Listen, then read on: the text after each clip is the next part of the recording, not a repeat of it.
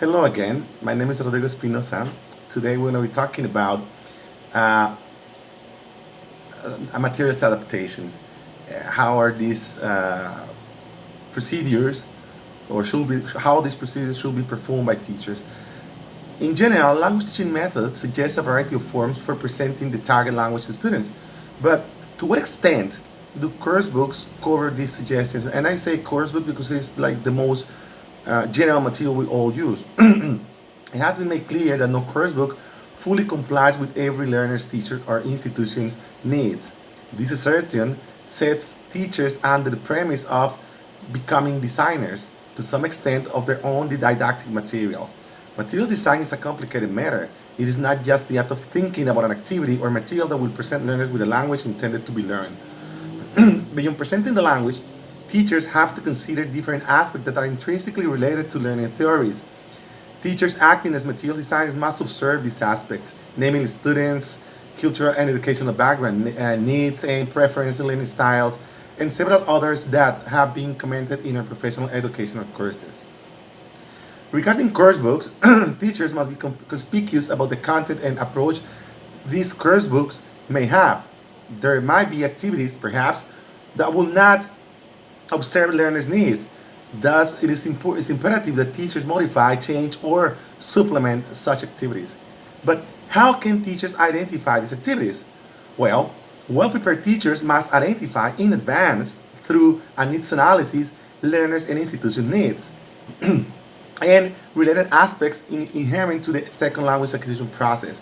Once a teacher understands what these needs are, he will be able to monitor and identify the course book activities that might not fit learners or institutions' needs. Supplementing materials in a course book is commonly based upon deficits teachers have identified within an activity that might not comply with students' or syllabus needs. Another reason for supplementing materials comes from the affective perspective. Experienced teachers may have the ability to, at a glance, identify deficits in a course book. However, it is suggested to use a checklist to compare learners' needs to the course book in use. Once deficits have been identified, supplementation can occur in two different forms: by adapting these already designed activities or by designing new activities. Using adapt material from published books is something teachers must think about. First, there are legal restrictions to photocopying materials. Nevertheless, there are publishers that might allow this activity through agreements with institutions.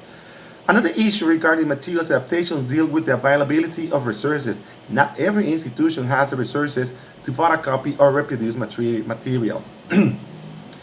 Adapting materials seems relatively easy. On the contrary, devising your own materials is more complicated. Teachers must observe several principles that will allow them to comply with theoretical and methodological aspects regarding learners' needs. Designing materials beyond the possible lack of them or deficiency they may have in the course book relies on the principle of suitability. Teachers devising their own materials should observe that such materials comply with learners and institutions' needs. Otherwise, supplementing an activity for another one that doesn't work wouldn't be like a good thing to do. Well, material designs can be categorized in two different forms: syllabus-driven or concept-driven. Syllabus-driven supplementary activities are guided to fill in a gap from a course book that a teacher has identified, or perhaps the students needed something different from that in the book, so the teacher supplements this activity with another one that fulfills learner request. Concept-driven supplementation refers to a more natural, let's say this way, activity, or something perhaps the teacher feels would better supplement or complement an activity that might not necessarily be a deficit, but that will offer learners better input, enhancing the second language acquisition process. For both syllabus or concept-driven supplementary activities, designers need to observe the following principles. First, identify the problem. Okay, teacher or students identify a problem, then they explore the area of need. What language items might solve the situation, function, skills, etc.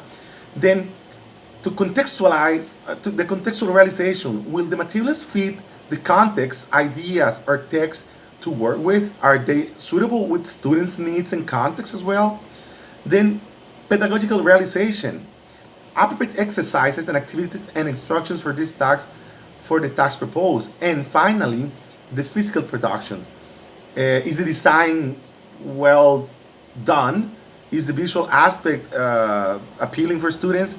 The size, the reproduction, the photocopying, etc. If it is an audio, do you have the appropriate material for this? When we speak of material design, we tend to think that of a complex set of activities, flashcards, audio, videos, and etc. But not everything not everything in material design is broad. Worksheets are handy and reusable. Okay, they seem easy to design. However, there are some implications to consider. One of these aspects regards the teaching approach. Is it inductive or deductive? Okay, this is not just an arbitrary decision. Which ones will be better? Both are good, but a mixture of will perhaps add more efficiency to the SLA process. For instance, deductive with a little help from the teacher, or inductive with learners' freedom to make their own assumptions. Another aspect of the worksheet is regarding fluency and accuracy. What are the learners aim to gain from completing our worksheet? Are the questions open or closed? And are we testing or practicing? What will be the purpose of the handout? Okay. Teachers designing materials must be aware of the learner's language level. Thus, will the same paper perform equally in a mixed level class? Will it help or withhold learners' motivation? If it is too easy, higher level students will be bored. On the contrary, if it is complicated or too complicated, lower level students might feel frustrated. Okay, and then motivation for both will be like not good. Apart from academic considerations, teachers might have to observe if the material will be reusable. Are instructions clear? Is the layout visually appealing? And will there be an answer key? Designing will have to include, to evaluate, the effectiveness of the material. Marking the paper yourself will allow you to find the correct answers. The most correct answer, the better. But what if the worksheet was answered relatively fast? Wouldn't then you have to reconsider the easiness of the activity? Okay. Observing learners as they perform the task can also provide learners with data or with information regarding how students do while answering the paper. Finally, designing or adapting materials for supplementation conveys teachers to observe several considerations. For instance, the relation between objective and format, learners' language level, layout, and evaluation of the material. Okay, thank you for watching this video. I hope to see you soon with another to share some other information. My name is Rodrigo Espinoza again. Thank you for watching.